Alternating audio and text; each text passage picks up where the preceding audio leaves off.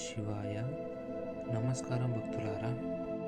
ఈరోజు మనం స్మరించుకోబోయే దేవుడు దేవాది దేవుడు భోలేనాథుడు మహాదేవుడు శ్రీదేవుడు గురించి. శివుడు అంటే భయం కాదు, శివుడు అంటే కరుణ, త్యాగం, శక్తి, శాంతి. ఈ వాక్యాలను మనసుతో వింటే మీ హృదయంలో ప్రశాంతత తప్పక కలుగుతుంది.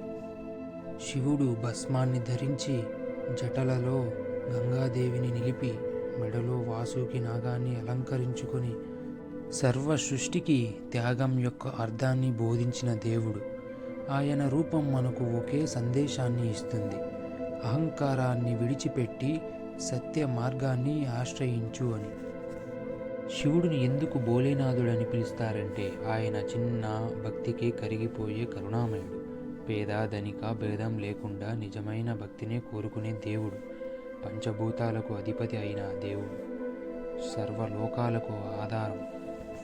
మనసు కలత చెందినప్పుడు, జీవితంలో కష్టాలు వెంటాడినప్పుడు ఓం నమ శివాయ అనే నామస్మరణం చేస్తే చాలు.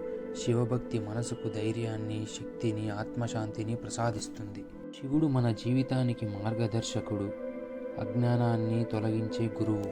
అంటే కేవలం విగ్రహం కాదు, శివుడు అంటే మనలోని చైతన్యం. ఈ కలియుగంలో కూడా శివనామస్మరణ చేస్తే జీవితం వెలుగులతో నిండిపోతుంది.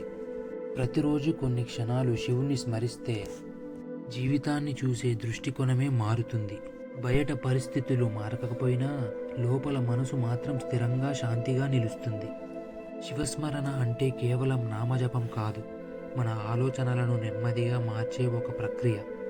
బాధ, భయం, ఆందోళన అన్నీ క్రమంగా తగ్గుతూ మనసు శాంతి వైపు నడవడం ప్రారంభిస్తుంది. ఈ భక్తి వాక్యాలు మీ మనసుకు శాంతిని ఇచ్చినట్లయితే లైక్ చేయండి. ఇలాంటి భక్తి వీడియోస్ కోసం వెంటనే ఛానల్ని సబ్స్క్రైబ్ చేయండి. ఓం నమ శివాయ.